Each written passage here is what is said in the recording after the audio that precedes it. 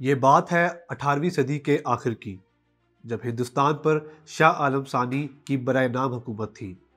مغل سلطنت کا عروج ختم ہو چکا تھا اور انگریزوں کی آمد ہندوستان میں شروع ہو چکی تھی۔ ایسے میں 5 دریاؤں کی سرزمین پنجاب پر سکھوں کے 12 آزاد قبیلے یا گروہ تھے۔ سکھ انہیں مثلیں کہتے تھے۔ ہر مثل کی اپنی فوج اور اپنا سردار تھا۔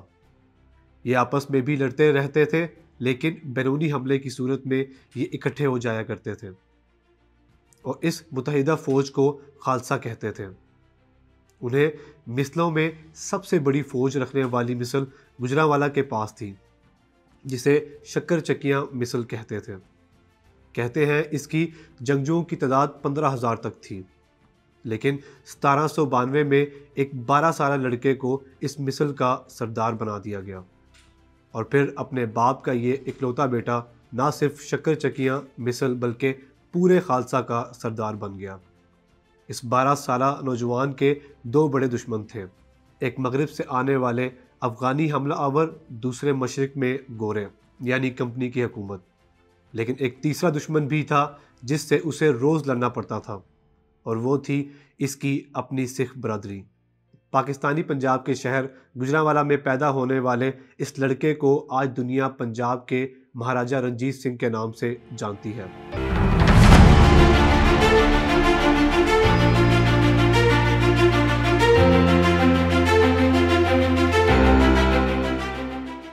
میں ہوں دانیل حسن اور آپ دیکھ رہے ہیں economy.pk۔ 1799 کا لاہور بھنگی سرداروں کے قبضے میں تھا۔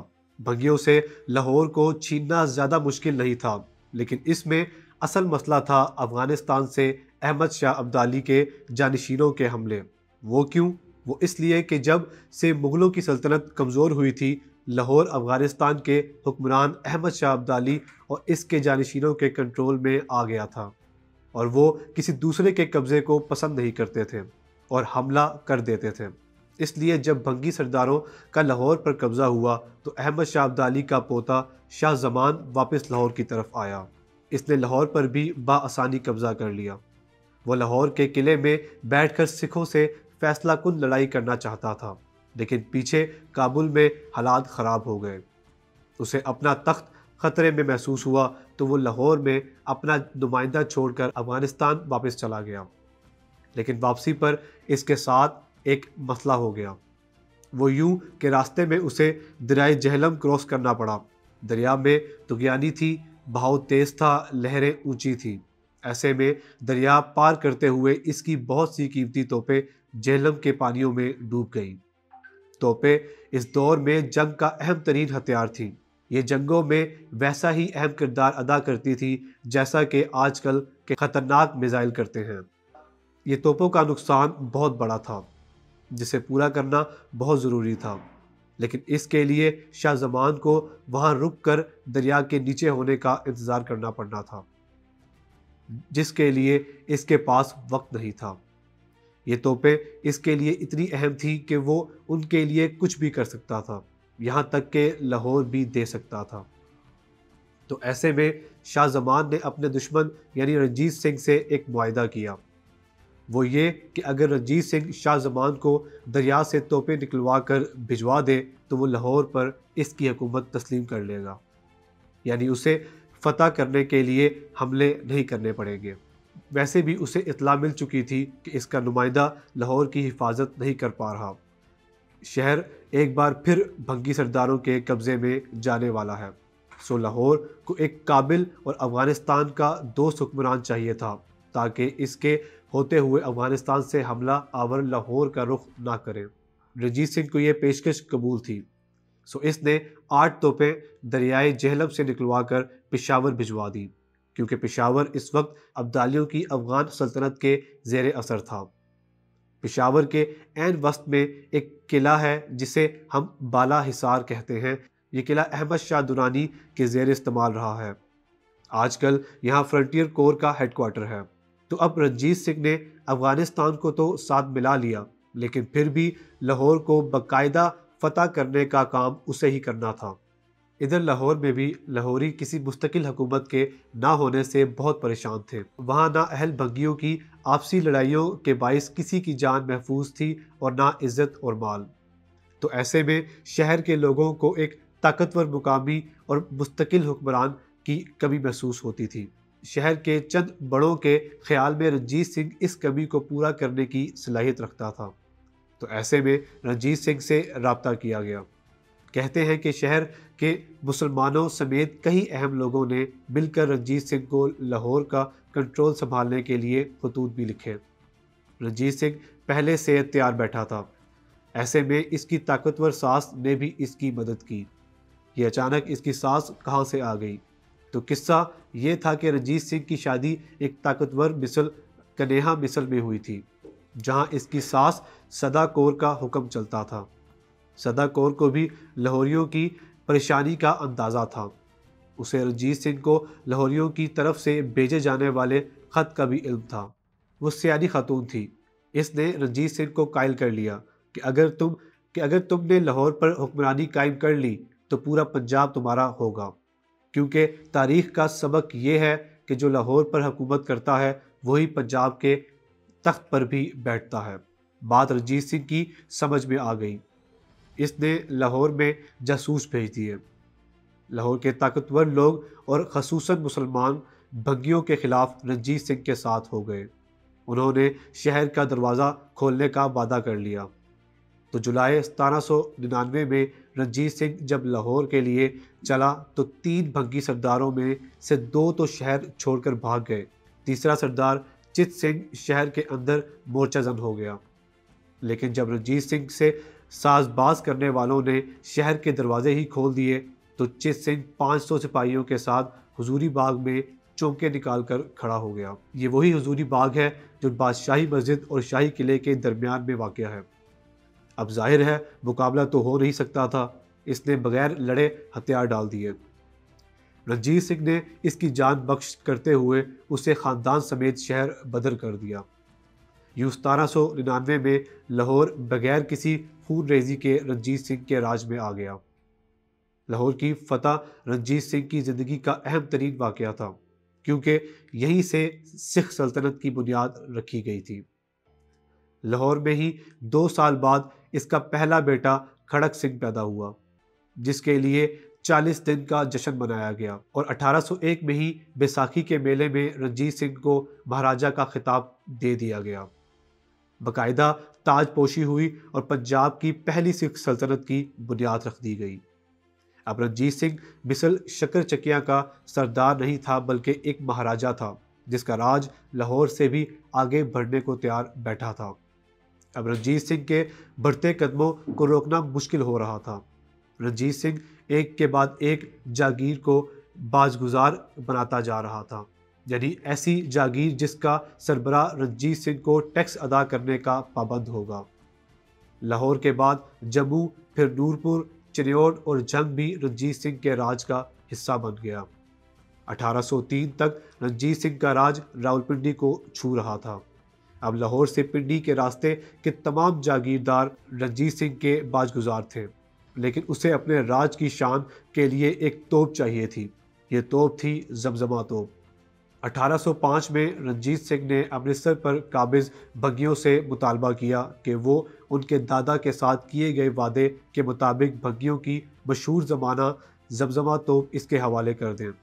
بھنگی ابھی لاہور کی شکست نہیں بھولے تھے، انہوں نے انکار کر دیا اور رنجیت سنگھ نے امرتسر پر حملہ کر دیا۔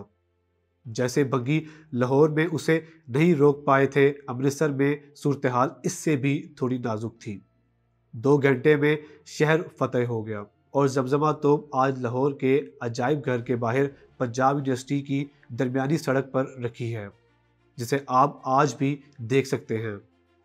امرتسر کی فتح انگریزوں پر توپ کا گولہ بن کر گری، جو مغربی ہندوستان یعنی پنجاب، سندھ کے علاوہ تقریباً سارے ہندوستان پر قبضہ کر چکے تھے۔ اب رنجیت سنگھ کی کامیابی سے وہ دوہری مشکل میں گرفتار ہو گئے۔ ایک مشکل تو یہ تھی کہ ان کے مغرب میں ایک سکھ ریاست مضبوط ہو چکی تھی، لیکن دوسری مشکل یہ تھی کہ ان کا سب سے بڑا دشمن فرانس کا شہنشاہ نپولین بوناپارٹ کسی بھی وقت ہندوستان کا رخ کر سکتا تھا اور رنجیت سنگھ کی شکل میں اسے ہندوستان میں ایک اتحادی مل سکتا تھا۔ یہی خطرہ انہیں چند سال پہلے ٹیپو سلطان سے جنگ کے دوران بھی پیش آ چکا تھا، اس لیے انہوں نے اس کا حل ایک معاہدے کی شکل میں نکالا۔ 1809 میں ہونے والے اس معاہدے کو معاہدہ امرتسر کہتے ہیں۔ اس کی روح سے انگریز دریائے ستلج کے اس پار یعنی مغربی کنارے سے آگے رنجیت سنگھ کی عملداری تسلیم کریں گے اور رنجیت سنگھ دریائے ستلج کے اس پار مشرقی سمت انگریزوں کی حکومت کی عملداری میں کوئی مشکل پیدا نہیں کریں گے۔ معاہدے کی ایک شرط یہ تھی کہ اگر نپولین ہندوستان پر حملہ کرنے لگے تو رنجیت سنگھ دفاع کے لیے انگریزوں کی مدد کرے گا۔ دوسرے الفاظ میں وہ نپولین کا نہیں بلکہ ایک طرح انگریزوں کا اتحادی رہے گا۔ اس معاہدے نے انگریزوں کے لیے پنجاب کو ایک بفر زون بنا دیا، یعنی کمپنی حکومت کے لیے اسٹریٹجک ڈیپتھ۔ مطلب اب اگر نپولین یا افغان کمپنی کی حکومت پر مغرب سے حملہ کرتا ہے تو انہیں پہلے رنجیت سنگھ سے ٹکرانا ہوگا۔ رنجیت سنگھ کو اس کا فائدہ یہ ہوا کہ اس نے ستلج اور دریائے سندھ یعنی انڈس ریور کے درمیان کے تمام علاقوں کو اپنی جاگیر میں شامل کر لیا۔ کچھ علاقوں پر اس کا قبضہ تھا، کچھ اسے لگان دیتے تھے اور کچھ اس کی حاکمیت تسلیم کرتے تھے، اس کے راج کو مانتے تھے۔ اس سب کے باعث اب رنجیت سنگھ کو اپنی طاقت کا احساس ہونے لگا تھا۔ لیکن ایک اور چیز بھی تھی جس سے طاقت کا احساس زیادہ ہو سکتا تھا، لیکن وہ رنجیت سنگھ کے پاس نہیں تھی، اور یہ چیز ایسی تھی کہ جس کے پاس ہو وہ دنیا کا ایک طاقتور حکمران سمجھا جاتا تھا۔ اس کی سمبولک اہمیت تھی اور یہ چیز تھی کہ کوہ نور دنیا کا سب سے بڑا ہیرا۔ کوہ نور مغل بادشاہ رنگیلا شاہ سے ایرانی حکمران نادر شاہ نے لیا تھا۔ اگر آپ کوہ نور کے بارے میں مزید جاننا چاہتے ہیں تو نیچے دیے گئے لنک پر کلک کریں، جس سے اس کے جرنیل احمد شاہ ابدالی کے پاس آیا، جس کے تخت میں افغانستان بھی شامل تھا۔ اس کے بعد یہ ہیرا ہوتا ہوتا اس کے پوتے شاہ شجاع کے پاس پہنچا۔ شاہ شجاع افغان صوبے قندھار کا ولی تھا، لیکن اس کے دشمنوں نے اس کا تخت چھین لیا، لیکن وہ جان بچا کر کسی نہ کسی طرح رنجیت سنگھ کی قید نما پناہ میں آ گیا۔ جلد ہی رنجیت سنگھ کو پتہ چل گیا کہ ہندوستان کی شان کوہ نور شاہ شجاع کے پاس ہے۔ یہ تو اسے پتہ چل گیا کہ کوہ نور کس کے پاس ہے، لیکن ہے کہاں یہ اسے نہیں پتا تھا۔ یہ پتا تھا صرف شاہ شجاع کو۔ اب رنجیت سنگھ کے لیے مشکل یہ تھی کہ وہ شاہ شجاع کو قتل کر کے یا مار پیٹ کے ہیرا نہیں نکلوا سکتا تھا، کیونکہ رنجیت سنگھ افغانستان میں شاہ شجاع کے حامیوں کو اپنے خلاف نہیں کرنا چاہتا تھا۔ کیا پتا کل کلاں پھر شاہ شجاع کی حامیوں کی حکومت آ جائے اور لینے کے دینے پڑ جائیں۔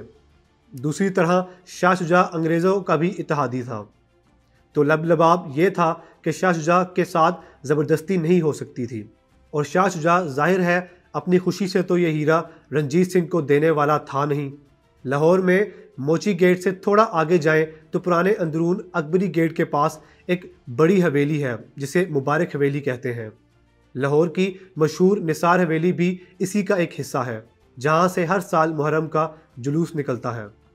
اسی مبارک حویلی میں شاہ شجاع اور اس کا خاندان قید تھا، تو 1813 میں رنجیت سنگھ نے کوہ نور لینے کے لیے مبارک حویلی کی ناکہ بندی کروا دی، یعنی شاہ شجاع اور اس کے گھر والے نہ تو باہر نکل سکتے تھے اور نہ ہی ان کے لیے کھانے پینے کا سامان حویلی میں جا سکتا تھا۔ اندرون لاہور اور مئی کی گرمی۔ سابق حکمران خاندان کے لیے یہ سخت تنگی کے دن تھے۔ شاہ شجاع کے بچوں کا بھوک پیاس اور گرمی سے برا حال تھا۔ ایسے میں اس نے رنجیت سنگھ کو ایک پیغام بھجوایا۔ پیغام یہ تھا کہ وہ کوہ نور رنجیت سنگھ کو دے دے گا، لیکن اس کے لیے رنجیت سنگھ کو اس سے خود ملنا ہوگا۔ ہیرا کسی کے ذریعے نہیں بھجوایا جائے گا۔ رنجیت سنگھ تیار ہو گیا اور یوں تاریخ کا وہ یادگار مکالمہ سامنے آیا جس کی باز گشت آج بھی تاریخ میں گونج رہی ہے۔ رنجیت سنگھ شاہ شجاع کے سامنے آیا اور ہیرا وصول کیا تو ظاہر ہے مہاراجہ کی خوشی کا ٹھکانہ نہیں تھا۔ اس نے شاہ شجاع سے پوچھا، یہ ہیرا کتنے کا ہوگا؟ اس کی قیمت کیا ہے؟ شاہ شجاع کا جواب تھا، اس کی قیمت طاقت ہے۔ یہ ہم نے طاقت کے ذریعے مغلوں سے چھینا تھا، پھر جس کے پاس طاقت تھی اس نے ہم سے چھین لیا۔ اور اب جس کے پاس طاقت ہوگی وہ تم سے چھین لے گا۔ تاریخ کا طنز دیکھیے کہ ہوا بھی یہی۔ شاہ شجاع کے مطابق اس کے ساتھ رنجیت سنگھ نے اچھا سلوک نہیں کیا تھا۔ شاہ شجاع اتنا تنگ ہوا کہ اس نے فرار کا منصوبہ بنا لیا۔ پہلے اس نے اپنے خاندان کی خواتین کو ایک ایک کر کے حویلی سے باہر نکالا اور لدھیانہ پہنچا دیا۔ جب رنجیت سنگھ کو خبر ملی کہ شاہ شجاع کا خاندان فرار ہو رہا ہے تو اس نے مبارک حویلی پر پہرا دگنا کر دیا، لیکن شاہ شجاع نوجوان اور تیز انسان تھا۔ اس نے کچھ جانثار وفاداروں کو ساتھ ملایا۔ ایک رات میں کئی کمرے بدلے تھے۔ اپنے بستر پر ایک وفادار کو سلایا، فقیر کا بھیس بدلا تھا، پھر چھت میں ایک شگاف بنا کر حویلی سے نکل گیا۔ حویلی سے تو وہ نکل گیا، لیکن شہر سے نکلنا اس سے بھی بڑا مسئلہ تھا، کیونکہ شہر کے سارے دروازے بند تھے اور سخت پہرے میں تھے۔ اسی لیے شجاع درانی ایک نکاسی آب کے گندے نالے میں کود گیا، اور جانتے ہیں کس جگہ سے باہر نکلا؟ موری دروازے سے۔ جب وہ نالے سے نکلا تو گندگی میں لت پت تھا۔ بات مشہور ہے، جانے سچی ہے یا داستان طرازی، لیکن کہتے ہیں اس موقع پر اس نے شہر کی طرف دیکھا اور کہا کہ لاہوری لشپش بوتی محبت تھوڑی، دکھاون بوا لگاون موری، یعنی لاہور کے لوگوں میں دکھاوا تو بہت ہے مگر سچی محبت کم ہے، اور یہ لوگ کھلے دروازے دکھاتے ہیں لیکن واپسی کے لیے خفیہ رستوں کا انتخاب کرنا پڑتا ہے۔ اب شاہ شجاع نے لاہور میں رہ کر پنجابی سیکھ لی تھی، یا یہ اس کی پشتو جملے کا یہ پنجابی ترجمہ تھا، یہ تو یقین سے نہیں کہا جا سکتا۔ البتہ شاہ شجاع موری گیٹ سے نکل کر داتا دربار ضرور پہنچا۔ یہاں اس نے خود کو صاف کیا اور کپڑے بدل کر لدھیانہ اپنے خاندان کے پاس پہنچ گیا۔ یہ بات ہے 1816 کی، اور اس وقت اس جلا وطن ولی کندھاری کی عمر تھی 29 سال۔ تو لدھیانہ میں ہی کچھ دیر بعد شاہ شجاع نے خود کو انگریزوں کی پناہ میں دے دیا۔ شاہ شجاع دوبارہ افغانستان میں اپنی حکومت چاہتا تھا، لیکن اس کے لیے اسے رنجیت سنگھ یا انگریزوں میں سے ایک کی مدد چاہیے تھی۔ یاد رہے کہ اس وقت افغان سردار دریائے سندھ کے کنارے تک سارے علاقے کو اپنی سلطنت سمجھتے تھے، جس میں پشاور اور پاکستان کے موجودہ قبائلی علاقے جو فاٹا بھی کہلاتے ہیں وہ بھی شامل تھے۔ رنجیت سنگھ بھی دریائے سندھ کے پار اپنی سلطنت پھیلانا چاہتا تھا، سو اس نے 1818 میں پشاور پر حملہ کر دیا۔ شہر کے حاکموں نے مزاحمت کیے بغیر شہر چھوڑ دیا اور پہاڑی دروں میں مورچے بنا لیے۔ اب رنجیت سنگھ پشاور پر قابض تو ہو گیا، لیکن یہ قبضہ برقرار رکھنا ایک کام تھا، کیونکہ افغانوں اور قبائلیوں کے حملے مستقل اور بہت شدید تھے۔ سکھوں کی حکومت کو پٹھانوں نے قبول نہیں کیا تھا، اور ان کے خلاف افغانی اور سرحدی پٹھان لشکر پر لشکر تیار کر رہے تھے۔ ایسا ہی ایک لشکر تحریک مجاہدین کا بھی تھا، جس کی قیادت کر رہے تھے سید احمد شہید۔ یہ لشکر پہلی بار سکھوں کی فوج سے باجوڑ میں ٹکرایا اور سکھوں کو شکست ہوئی۔ سید احمد شہید نے 1831 میں پشاور پر بھی اپنی حکومت قائم کر لی۔ اب رنجیت سنگھ کے لیے افغان سرداروں کی طرح ایک بڑا چیلنج سید احمد شہید کا لشکر بھی تھا، لیکن ایسے میں ہوا یہ کہ پٹھانوں کے کئی اہم سردار اور قبائلی سید احمد کے خلاف ہو گئے۔ وجہ یہ تھی کہ سید احمد نے خود کو خلیفہ اور امیر کہلانا شروع کر دیا تھا۔ کچھ پٹھان سرداروں کو خوف تھا کہ سید کی تحریک کامیاب ہوئی تو ان کی سرداری ختم ہو جائے گی، اس لیے انہوں نے سید احمد کی تحریک، جسے وہ تحریک مجاہدین کا نام دیتے تھے، اس سے ہاتھ کھینچ لیا۔ مرحلے پر انہوں نے تحریک کے لیے چندہ دینا بند کیا، اور پھر دوسرے مرحلے میں اس تحریک کا اہم لوگوں کی مخبری اور ان پر حملے شروع کر دیے۔ اس ساری صورتحال سے مقابلے کے لیے سید احمد شہید نے بالا کوٹ میں اپنے جنگجوؤں کو جمع ہونے کا حکم دیا۔ ان کا ارادہ تھا کہ کشمیر چلے جائیں اور مجاہدین کو منظم کریں۔ 1831 میں جب وہ بالا کوٹ ہی میں تھے کہ رنجیت سنگھ کے بیٹے شیر سنگھ نے ایک بڑے لشکر کے ساتھ انہیں گھیر لیا۔ سکھ پوری تیاری کے ساتھ آئے تھے، ان کی تعداد بھی زیادہ تھی، لیکن مقابلہ خوب ہوا۔ سید احمد کے جانثار اور سکھوں کا لشکر دونوں خوب ڈٹ کر لڑے، لیکن اس لڑائی میں سید احمد شہید اور ان کے شاگرد شاہ اسماعیل شہید ہو گئے۔ ان کی قبریں آج بھی بالا کوٹ میں موجود ہیں۔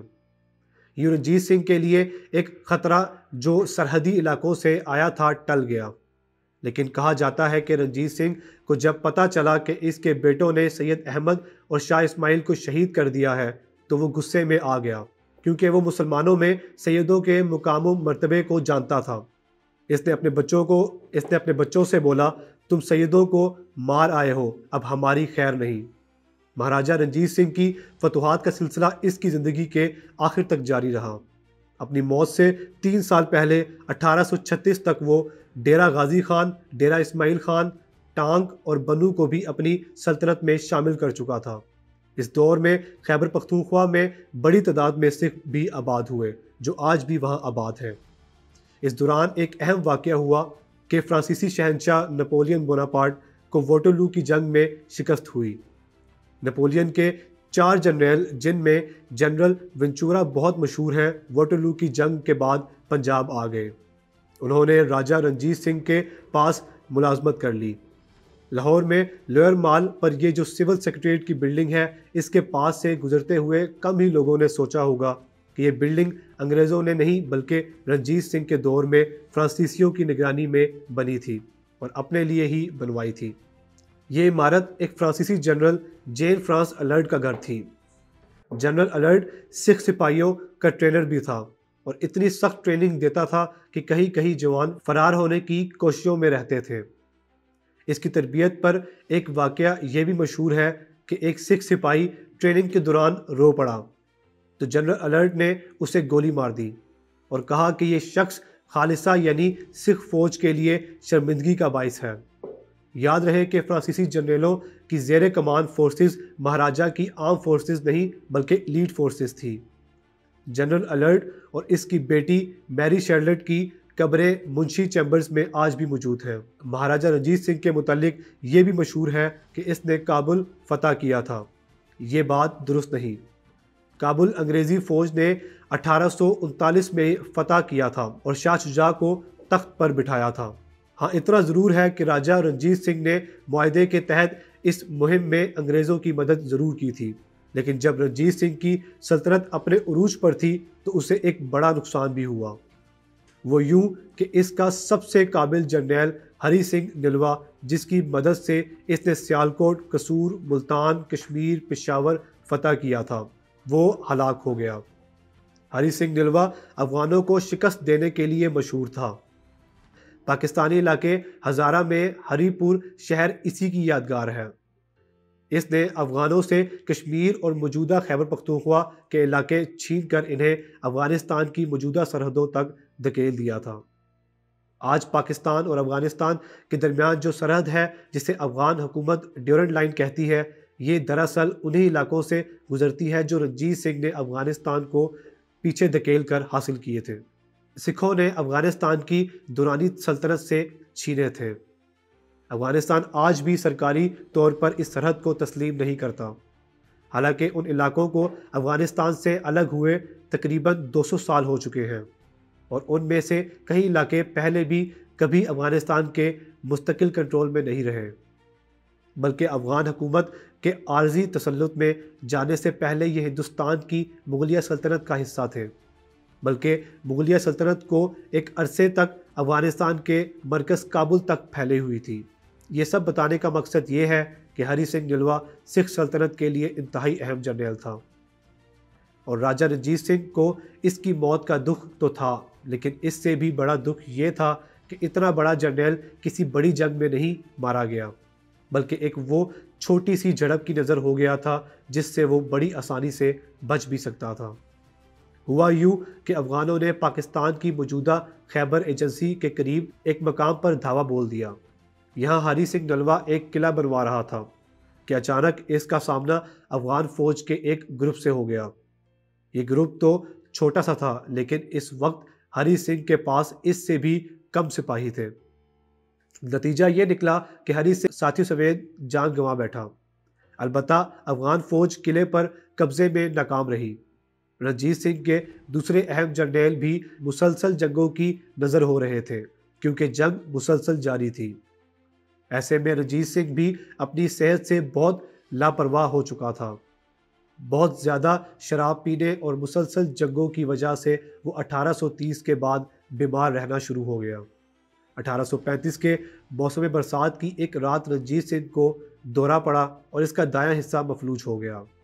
یہ دورہ اتنا شدید تھا کہ اس کی زبان ساتھ چھوڑ گئی، اس کی بات بہت مشکل سے سمجھ آنے لگی۔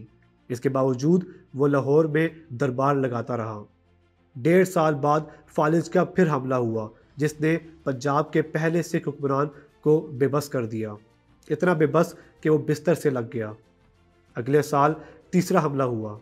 اس تیسرے حملے نے رنجیت سنگھ سے بولنے کی طاقت بالکل ہی چھین لی۔ سب دیکھ رہے تھے کہ مہاراجہ رنجیت سنگھ شاید اب نہ رہے۔ اس وقت انگریزوں نے بھی اسے علاج کی پیشکش کی جسے رنجیت سنگھ نے ٹھکرا دیا، لیکن رنجیت سنگھ اپنے وزیر خارجہ فقیر عزیز الدین جو اس کا ذاتی معالج بھی تھا اور سب سے قریبی مشیر بھی، صرف اسی سے علاج کرواتا رہا۔ آخری وقت میں جب ہر امید ختم ہو گئی تو نذرانے بھی دیے گئے۔ ہاتھی، گھوڑے اور سونے چاندی کی مورتیں تقسیم کی گئیں۔ ایک وقت میں دیوتاؤں کو خوش کرنے کے لیے پنجاب بھر میں جانور بھی ذبح کرنے پر پابندی تک لگا دی گئی، لیکن یہ سب کسی کام نہ آیا اور 27 جون 1839 کو رنجیت سنگھ مر گیا۔ آخری رسومات لاہور کے شاہی قلعے اور مینار پاکستان کے درمیان ٹھیک اس جگہ ادا کی گئی جہاں آج رنجیت سنگھ کی موری یا سمدھی ہے۔ اس کی 4 بیویوں اور 7 لونڈیوں نے اس کی چتا پر زندہ جل مرنے کا اعلان کر دیا۔ یاد رہے کہ ہندوستان میں اس وقت ستی کی رسم عام تھی جس میں شوہر کی موت پر یعنی پتی کی موت پر اس کی پتنی ساتھ جل مرتی تھی۔ یہ رسم انگریز دور میں زبردستی ختم کروائی گئی تھی۔ آخری رسومات سے پہلے رنجیت سنگھ کے جسم پر سندل ملا گیا اور اسے شاہی پوشاک پہنائی گئی۔ آرتی کے جلوس کی رہنمائی وہ رانیاں کر رہی تھیں جنہوں نے رنجیت سنگھ کی لاش کے ساتھ ستی ہونا تھا۔ سندل کی لکڑیوں پر لاش کو رکھ دیا گیا۔ 4 رانیاں اور 7 لونڈیاں بھی اس کے اوپر بیٹھ گئیں۔ ایک رانی نے رنجیت سنگھ کا سر اپنی گود میں رکھا ہوا تھا کہ ایسے میں کھڑک سنگھ نے ایک چادر گھی میں بھگو کر ستی ہونے والیوں پر ڈال دی، جس کے بعد چتا کو آگ لگا دی گئی۔